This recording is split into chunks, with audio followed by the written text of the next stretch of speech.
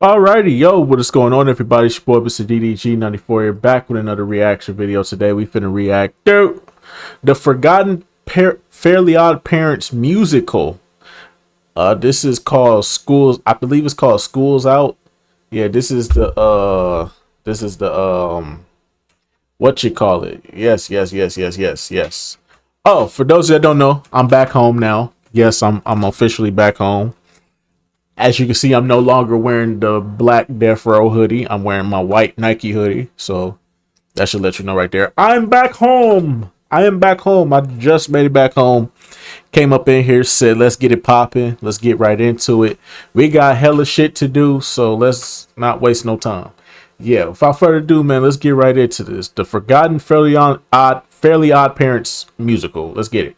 Fairly Odd Parents Schools Out the Musical was the first and only musical special Fairly Odd Parents has ever made, which is kind of shocking considering this show put out some bangers like Shiny Teeth and Me or Icky Vicky. But even though they'll throw songs into random episodes, Schools Out is the only full-out musical. It originally premiered June 10th of 2005, and it's lived in my head rent-free ever since. Interestingly, Nickelodeon uploaded the entire special to YouTube as a sing-along, and they took away the captions, aka the sing-along part, for a majority of the songs, past like the first two. And of the two songs that had lyrics included, they're not even all correct. In the Pixies rap that Nickelodeon uploaded themselves to YouTube, they captioned one of the lyrics, "I'm staying the sun, I'm anti-fun," when it really should say, "I'm Sanderson, I'm anti-fun," but whatever. Back when this movie first premiered, I was a greasy little 7-year-old boy. I had just been let loose on summer break, and I was spending it the way any 7-year-old boy should, locked up inside watching Nickelodeon. So this special released at the perfect time in my life, where I felt connected to Timmy's angsty struggle with adults having power. And anytime I see this special again, or hear a song from it, the feeling of childhood in the summertime comes flooding back and giving me a bittersweet feeling, to be honest. But is it all just nostalgia talking? Is Schools Out the Musical really that good? Well, it's been a shocking 19 years since the musical graced us all with its release. So God damn, bro, you ain't gotta, you ain't gotta explain. I'm getting tired of y'all telling me how old I am, bro. I know, nigga. Stop telling me. I know I'm 30, bro. Stop telling me, dog. Y'all killing me with this. Stop telling me this, please. So I ask you, please. I know I'm old.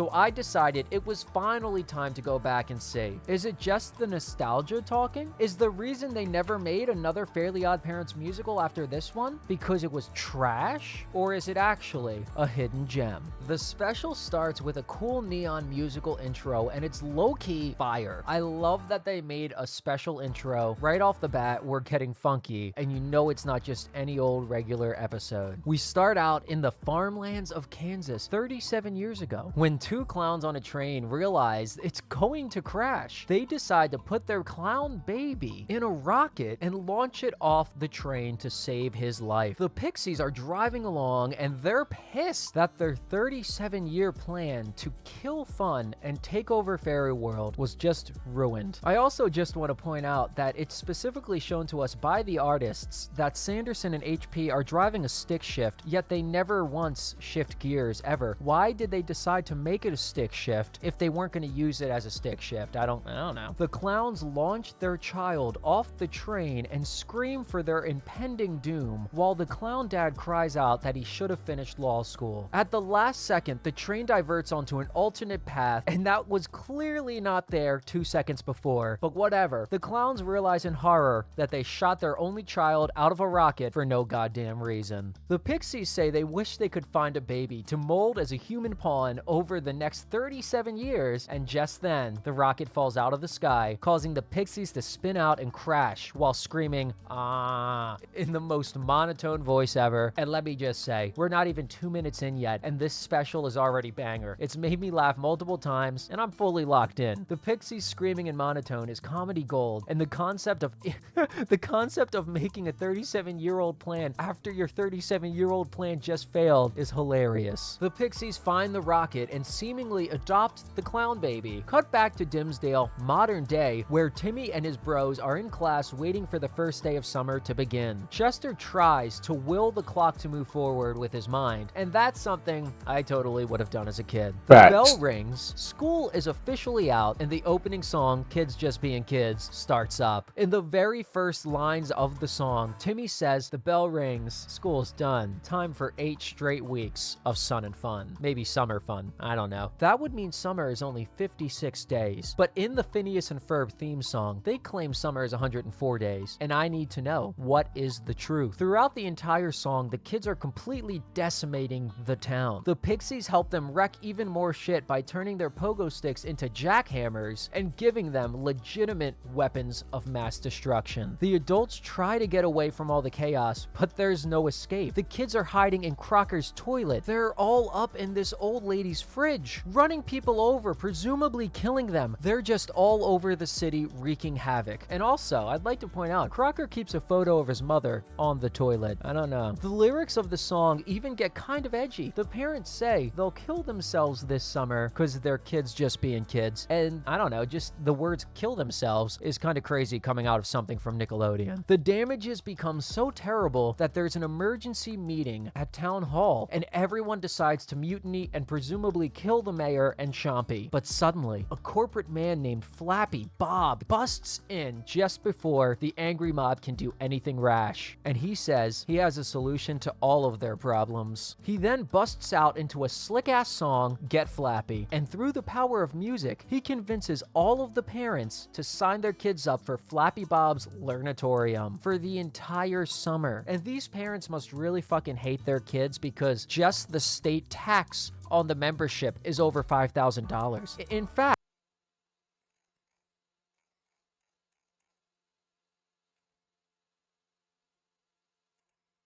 I beg your pardon. I beg your pardon. No, I think I'll take the risk with my kids just being at home destroying the house. I'd rather let my kids burn down the house than pay that bullshit. Fuck out of here. the entire bill for Flappy Bob's Learnatorium is absolutely insane. But let me tell you, this guy Flappy Bob, he's a tortured soul, and he can manipulate these Dimsdale folks easily. What a suave and interesting character. And honestly, when I was watching this, I truly wondered if Christian Bale was ever in the casting decision for this man, because I think it would have been great. The next morning, the kids all get dropped off at summer camp as the parents go off to live their best lives. And we get a callback joke with Timmy's dad winning Miss Dimsdale, which happened in season 4, episode 1 for those who are curious. And I like to think he's so happy with that win that he has not taken the outfit off since. As the parents all leave, the facade of the camp falls, revealing a prison-like atmosphere. And inside the camp is a padded room. And honestly, the kid bashing his head into the wall, kind of me at work every day. The Pixies pop in and tell Timmy that adults are the reason for all his misery, and Timmy agrees. He then launches into the song "Adults Ruin Everything," where he uses his fairies magic to help kids gain control over the adults. And let me just say, during this song, Timmy has an entire presidential campaign and wins in a landslide vote, all within one song. It's goddamn impressive. Gary and Betty, Flappy Bob's employees, are watching in fear as the kids take over the town, and Gary asks Betty to hold him. Betty says she doesn't like him like that and runs off as he chases her. Flappy Bob says to stop and that she doesn't like him like that, and I love that Flappy Bob was against workplace sexual misconduct before it was cool. The Pixies pop in and W launch manager, into the W Pixies manager. rap. And when the Pixies are rapping, they're actually voiced by Redman and Method Man. And Method Man is actually from Wu-Tang Clan. And I just think it's hilarious. I do remember this now. I do remember this. Yeah, Redman and Method Man was rapping. That was probably like the most litest part of this whole special to me. Me personally, that was the most litest part, seeing Redman and Method Man rap on the Fairly OddParents special, bro. That's crazy, bro. Yeah. Hilarious picturing Method Man rapping this song hardcore in a recording studio. It's just a funny image. The Pixies reveal through rap that their plan is to use Flappy Bob to gain control in order to ruin all of the fun in Fairy World and the OG world. And back at Timmy's house, it's revealed he's officially president of Kid World. And I always remember the White House being in Timmy's tree from when I was a kid. What a cool image. Timmy then breaks into 10 and in charge. And to be honest, this song gets a tiny bit squeaky, but it's not even that bad. I'm still digging it. During the song, Timmy gives presidential orders to his other kid politician friends, and Wanda sings about how it's great that with kids in charge, there's no war. It's funny that this would never occur to Timmy to sing about this. Like, oh yeah, we achieve world peace, but that's an afterthought. We also, more importantly, turn the banks into candy banks. Timmy orders the other kids to go smash everything in sight at the Learnatorium. And during all of this, the Pixies ping over to Jorgen and tell him the kids took over the world and he has to remove fairies from Earth, and then reveals a loophole in the rules stating if pixies are the last magical creature on Earth, they can be assigned to children and grant wishes. And damn, this is so much plot to go on during one song. Also, when Cosmo complains about being stuck with the chores, he is washing a toilet in the middle of the room out in the open. Anyone who would use this would feel exposed. Jorgen appears right as Timmy finishes the song and steals his fairies, saying he has too much power. Uh-oh.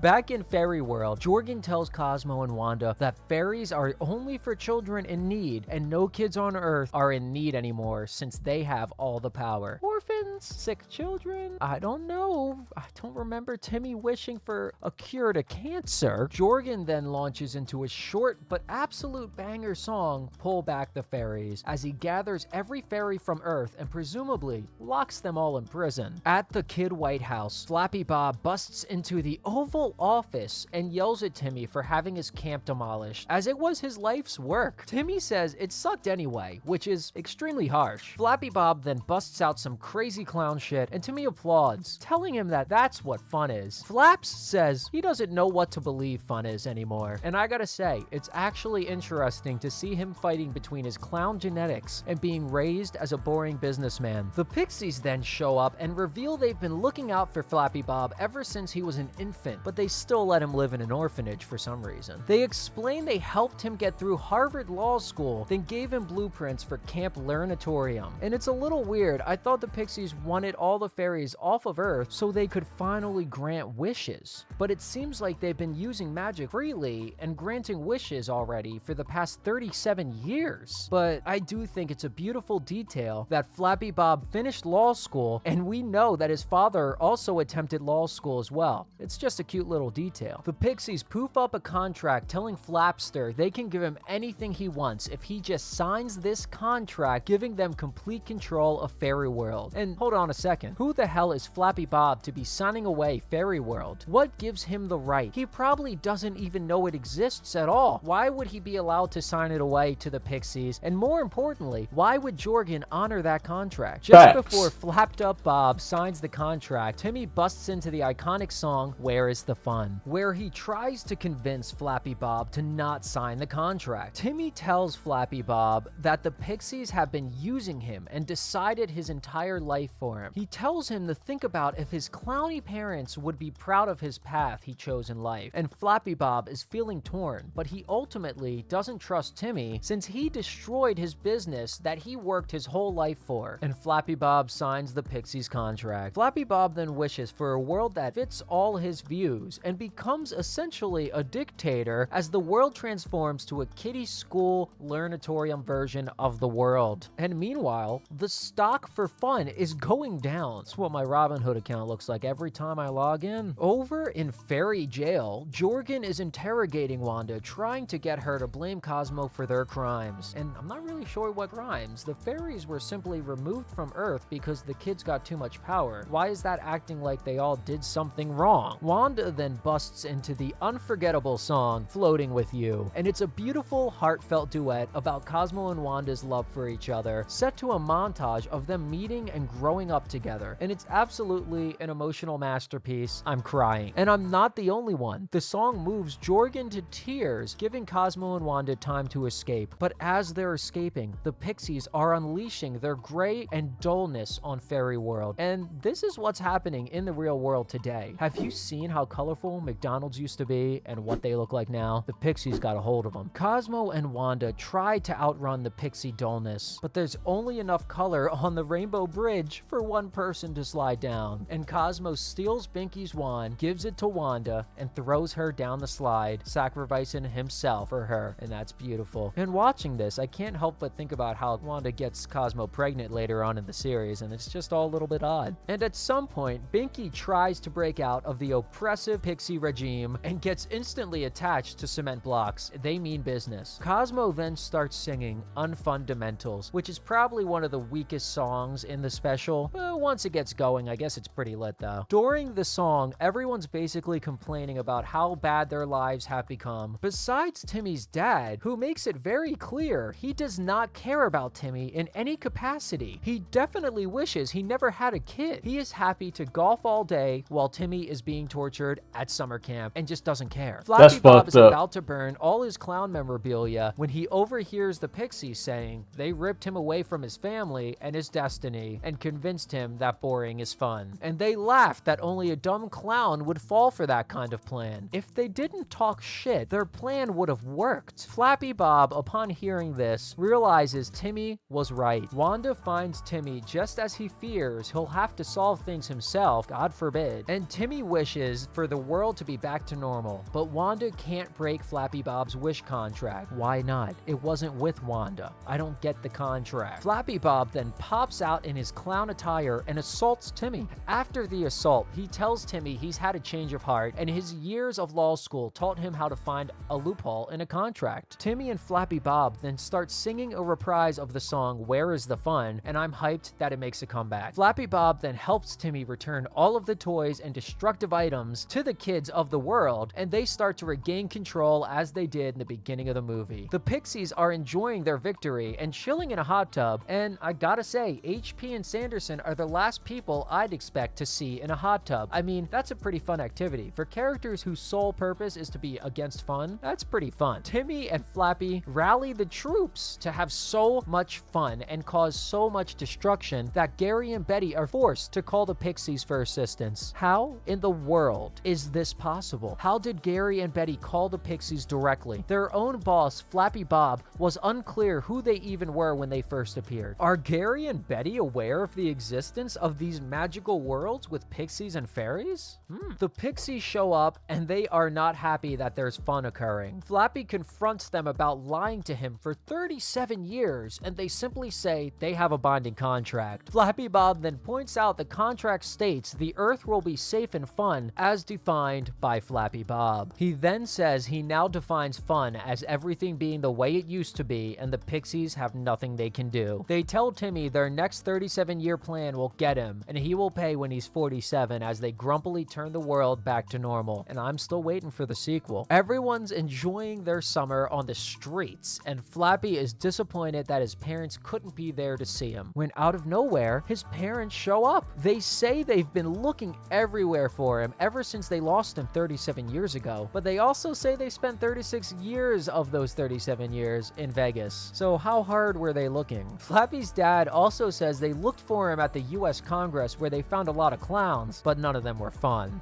Flappy and his family share a pie slap and a hug and agree to meet in Vegas if they ever get split up again. Wanda then pops in and it's revealed she found his parents for him because that's the way things are supposed to be, and that's really fucking cute. I'm touched. I honestly teared up a little. Cosmo poofs in and reunites with the gang as they use their magic to set one last banger song up in the Flappy Bob Learnatorium, which I guess was magically reconstructed when he wished for the world to be back to the way it should be. It's the Kids Just Being Kids reprise, and the song is so good it gives Betty a literal heart attack. Seriously, according to the Fairly OddParents wiki, she is never seen again as a character after this. Last time we see her is clutching her chest yelling, "My heart," then falling over. She is never ever seen again. She gone, brother. And that's an implied death for the character, I think. Also, the Pixies say they have to bike all the way home. And on what in the hell? Where is home? Is it in space? How can they bike there? The Pixies then decide it might be a better idea to do a 6-week plan next time as the credits start to roll. And while there's no after credits scene, there is about 4 to 5 minutes of bonus content in the form of bloopers released online when this special first came out. They're nothing crazy, but one of them involves Timmy getting pissed at Cosmo for missing his cue during the song Adults Ruin Everything. They're all really short little gags, but they're cute enough. However, it does raise some weird questions, like, is Timmy Turner knowingly acting for a camera within the confines of his own world? Is he in character within his own universe? Is his name even Timmy Turner, or is he someone playing Timmy Turner? But after everything is said and done, my underwear has been blown off. From start to finish, my ass was glued to the seat and I was locked in. So let's dig into why I thought Fairly OddParents Schools Out the Musical is really that good. Let's start with the voice acting. Everyone who was involved in this special gave it their absolute all. Tara Strong is in character as a 10-year-old boy while singing, which has got to be so difficult to do, and I need to give her some goddamn props. And let's not forget Dean Norris, the voice of Timmy's dad, Cosmo, and Jorgen. Cosmo and Jorgen both had full songs that sound entirely different from each other. The fact that he can switch up his voice so well for each character and not only voice act, but also sing in these voices is pure insanity. Dean Norris has mastered the craft of voice acting for this special, and I hope they paid him well. And speaking of the singing, I am not kidding when I say all of the songs are certified bangers. I could listen to Where Is the Fun over and over again while probably singing along, to be honest. And besides from just being catchy, I really love how all the songs move the plot along. The kids get sent off to the Learnatorium during a song. The fairies get evacuated from Earth. Cosmo and Wanda escape from jail. The songs all keep the plot rapidly moving forward, so it never gets boring or slow. I honestly can't even comprehend how they fit so much plot into a short special that was only 48 minutes. Compared to Channel Chasers being an hour 20, it's a real shame there was no official soundtrack ever released for Schools Out the Musical, because it really deserves one. The songs are definitely good enough to justify a real CD release. I mean, speaking of the songs moving the plot, Where Is the Fun is an absolute bop, digging into Flappy Bob's internal struggle between who he was born as versus who he was raised to be. Floating With You is a beautiful, genuinely romantic love song that actually got me to tear up a bit. Let's be real. It gave us a glimpse into why Wanda loves Cosmo and shows us how they met, which is just awesome. Hell, Pull Back the Fairies is so goddamn catchy that it might make me want to jump up and start shaking my ass. And there was never more than a few short minutes going by without a banger song coming on, which kept the pace right now. And something else I loved about the special was the actual story. On the surface, it might not seem like much. More or less, Timmy fighting the Pixies so he can enjoy his summer vacation. But when you look at it a bit closer, the story is really about Flappy Bob struggling with nature versus nurture. Flappy Bob was raised by the Pixies to be boring, but still has the instincts of being a clown. Throughout the special, we consistently see Flappy Bob's clown DNA sneak through his business persona. And while he represses it for most of the episode, ultimately, he decides you can't run away from who you truly are, and he decides to embrace his totally hilarious, if not somewhat creepy, clown instincts. And seeing a man struggle between the values he was brought up with and what he feels in his heart is a legitimately captivating struggle to watch unfold. So much of the story is dedicated to Timmy and Flappy Bob that most of the side characters don't have much to do in this one, which I'm actually okay with. And this actually brings me to the next point I wanted to make, which is that Timmy gets to shine as a character a bit more than he usually does, with the heart of the story revolving around him and Flappy Bob. I love that Timmy has to not fully rely on magic to save the day. He uses his own empathy and tries to really connect with Flappy Bob as a person. He apologizes to him for wrecking his life's work in the Learnatorium, and he encourages him to think about his parents and his background. I like that we see some of the not useless side of Timmy here. It's nice to see him show more of a human side. And another thing I love is after all these years later, I still feel like this special perfectly encapsulates what it feels like to have summertime as a kid. You're free from school, you don't have a job, nothing but freedom to go fuck around with your friends for 3 months straight in beautiful weather, doing whatever you want with no worries at all. It really captures that special feeling that's hard to put into words. We've all been excited for summers when we were in school before, and I think it's really impressive the creators were able to capture a vibe that most people have felt before for in their childhoods. And even though now I'm an adult with bills and a job and no summer vacation, God, watching this special still gives me the same feeling again, which for that, I am extremely grateful. So, if you can't already tell, 19 years later, I still think Fairly OddParents School's Out the Musical is a certified banger, an absolute classic. And back to the question I asked at the beginning of the video, was this the only Fairly OddParents musical because it was terrible? And I have a clear answer to that. No, it's not because it was terrible. The reason this was the only Fairly OddParents musical ever made is because they knew they could never top this. They could never do any better. They struck gold and they have to live with that. The songs are extremely lit. The amount of plot that happens within the songs is unreal. The performances are top notch and the songs just kept coming. If I had to change anything, maybe I would make it slightly longer, like Channel Chasers, 120 minutes. So that way, more of the characters like Chester or AJ or Timmy's parents could have more to do. But that's really a minor complaint, and I didn't really care that the side characters were a bit tossed aside. Overall, it had great music, funny jokes, and a great story. I can't think of enough nice things to say about this special, and I'm so glad it still holds up for me all these years later. This is an absolute must rewatch, and if you're like me when making this video, it's a rewatch again and again and again. But enough of me yapping. What do you guys think? Have you seen this one when you were younger?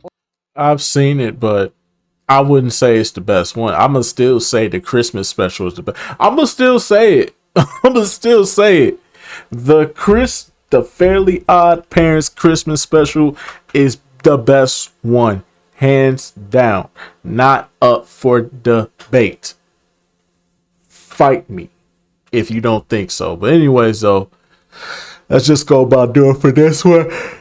Oh boy, I took a long trip just to get back home, boy. I drove 11 hours just to get back home. It is 4 o'clock in the morning. I'm just getting back. Well, now it's 5 o'clock in the morning. But man, I am beat. But I gotta get these videos up for y'all. The content don't stop. The grind don't stop. It never stops. I do this for y'all, man. I do this for y'all, man. The least I could do is show me some love back, shoulder. That's all I ask for. Come on, man. But anyway, so I just gonna about do it for this one. I'll see y'all in the next video. Till then, peace out.